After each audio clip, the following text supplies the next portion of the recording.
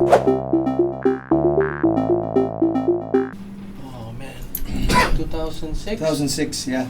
The same year we released the first album. Yeah. We did this tour called By Your Ears on Fire. It was like seven bars or 9 bars. We didn't live here then. It was just temporary. We stayed for like a month or something like that. Because at that time we were all still in school and the band was just a side project. There was a striking contrast between the crowd in Manila and the crowd in Cebu. It wasn't because they appreciated one group appreciated the music more. It's just the way they expressed their enthusiasm was different. So when we got here, it's like, wow, these guys they're really into their music, to the point where they would really get up and jam.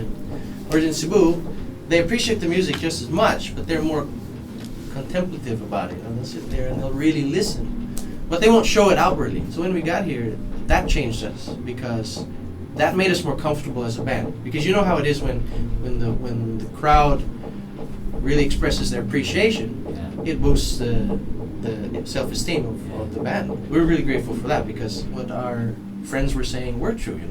We do actually make music that's appreciable. When did you guys move to Manila? Because that happened also, right?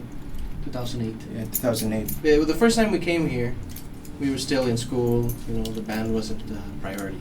And when we came here in 2008, we had decided to drop everything and be full-time band members. Yeah. And of course, we had no idea what that entailed. And we thought, this is going to be fairy tale and a dream come true. We're going to be famous, and then.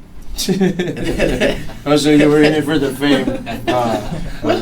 We were all kind of in it a little bit for the fame, but. Not for me though. Yeah, well, some of us were more musically inclined, whereas some of us were in for the ride. Yeah. Some of us were there for the girls. But when we came to Manila, it was a lot harsher than we thought it was, and we weren't prepared. We got our music across, which was great. We really sort of built up a fan base, but we wore ourselves down at the same time. Each and every one of us got tired of each other, as well as of the city, as well as of just doing the whole band thing over and over again. So those 2 years.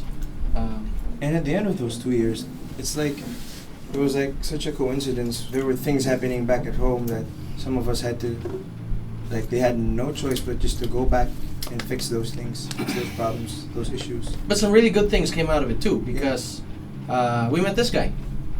OJ, he replaced Paco, our first drummer. Yeah. And we never turned back since. He's been just a great addition to the band. And at the same time, we created some new music. Actually, our album has been out for a year.